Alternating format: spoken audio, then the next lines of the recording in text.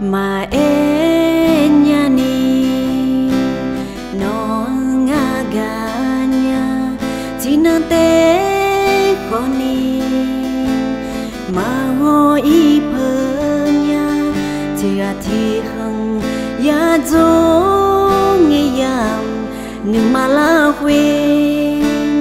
con lo như xa nhai ta biết nên là đi đồ phê ne ga đưa mà gấm mơ khai khói đồ phê nuôi gama như thật xa như ga xa lá hơ nỗi đồ phê miếng khô dô lúa mà thân ni ga nhà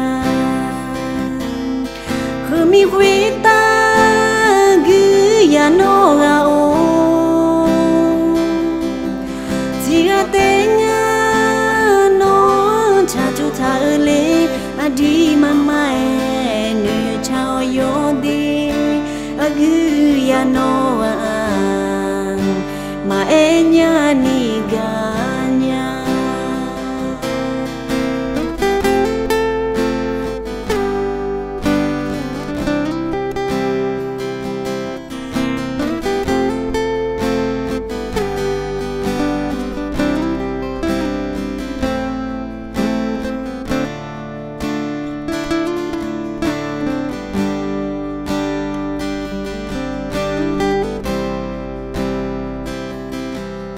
mà em nhà ni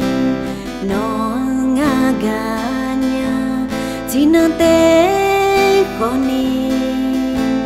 mà ngồi y phơ nhà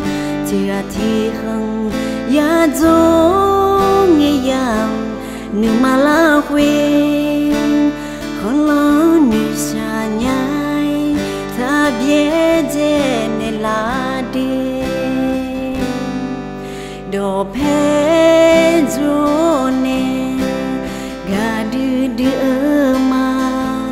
gấm mơ khai khói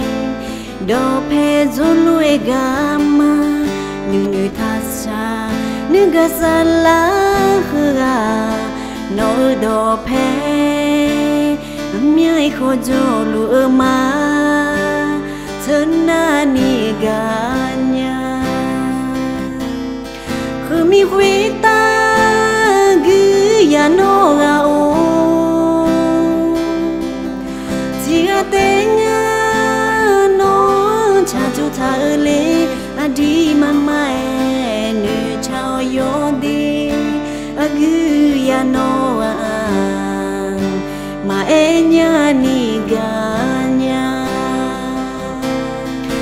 mi quý ta gửi ya no gạo chỉ ga tên nó cha chú ta lê đi mà mai nữ chào yo đi gửi ya no mà em nhà ni